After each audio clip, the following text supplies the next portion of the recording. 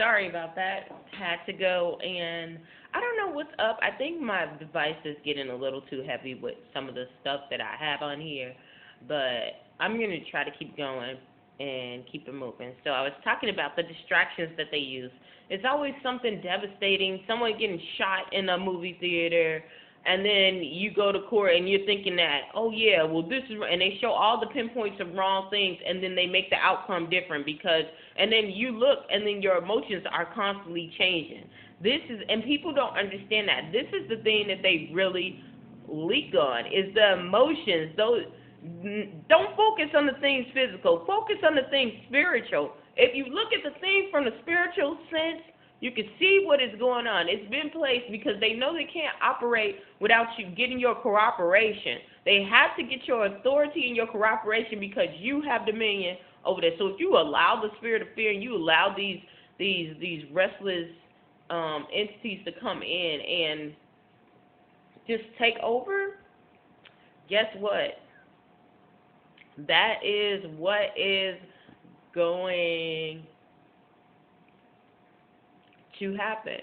And like I said, the enemy knows the human nature because he saw us being created, when God created us. So keep in mind that he knows that we fall short to temptation, yeah. So that's what we say, when we pray for the hour, for our hour of temptation, that's what it is. So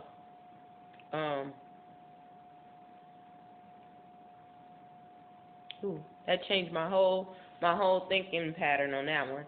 Okay, so yeah, and so that is what I wanted to talk about. I wanted to talk about how.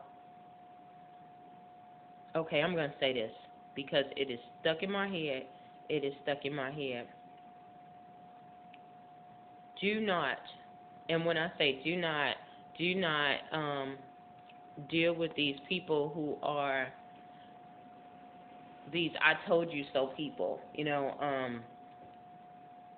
God gives us insight and things on what's going to happen and what's going to take place. And being a believer, you are covered.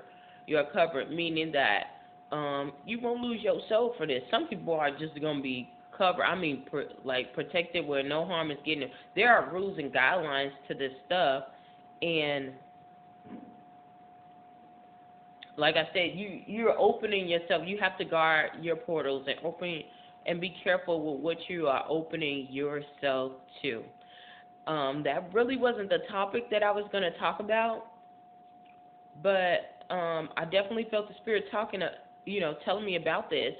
So I know it's got to have some connection, and whatever it is, I'm going to let that happen. I'm just going to say what I need to say and let it be that. Don't get too focused on some of these people who are able to predict what was going to happen. There are sorcerers that knew what was going to happen back in the Bible days, back in the old days.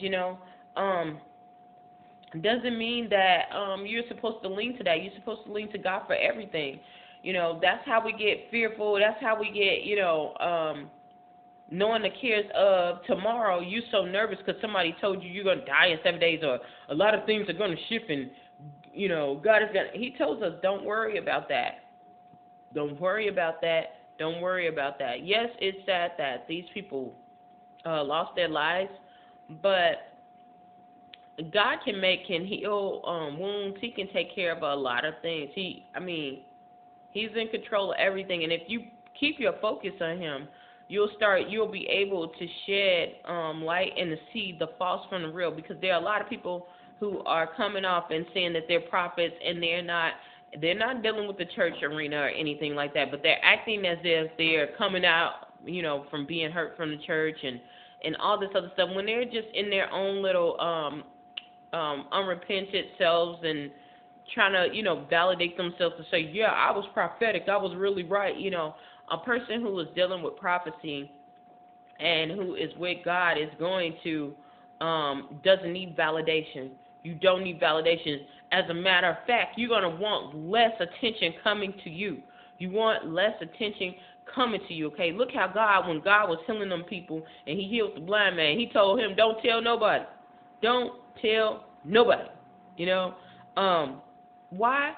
Because there are people that's going to come out, that's going to bring more chaos than to push what he was actually trying to do, save some souls, save people from that, you know. Not to say that they couldn't have converted some people, but some people are so closed, their unbelief. They're closed because of their unbelief. Oh, this person, they can't do this, they can't, you know. So, be careful with that. I guess that's the message that I was supposed to give, because everything else that I thought about, that I wrote down, I can't even remember it now. I don't even know where the doggone paper is at now. So I'm just gonna leave it at that. Yeah. Don't listen to these people. Search God in everything. Not even me. Search God. Ask God to open you up. Ask God to give you a message. Ask God. Yes, He will send people, but all people that's coming out that's saying the right things ain't for God anyway. And that's what I had to learn from my own self. So, yeah. And it don't mean about if they got 10,000 followers or 12,000 followers or a group of people or a big church or a little church, or they got people acknowledging them and no people acknowledging them. There are some people that are for God who never got a knowledge, okay? Who never got a knowledge by man, but God knows it. God knows it. So don't look at that. Don't look at that. Don't be. And it's kind of better for them not to have it, because the things that they do, if most of those people knew, then some of those people, they would get so many attacks and backlash. Yeah, that's protection. That's protection. So, yeah, I'm going to get up off of here. Hopefully something I said or done will help you on your journey. Stay tuned to Journey to Jerusalem. Bye.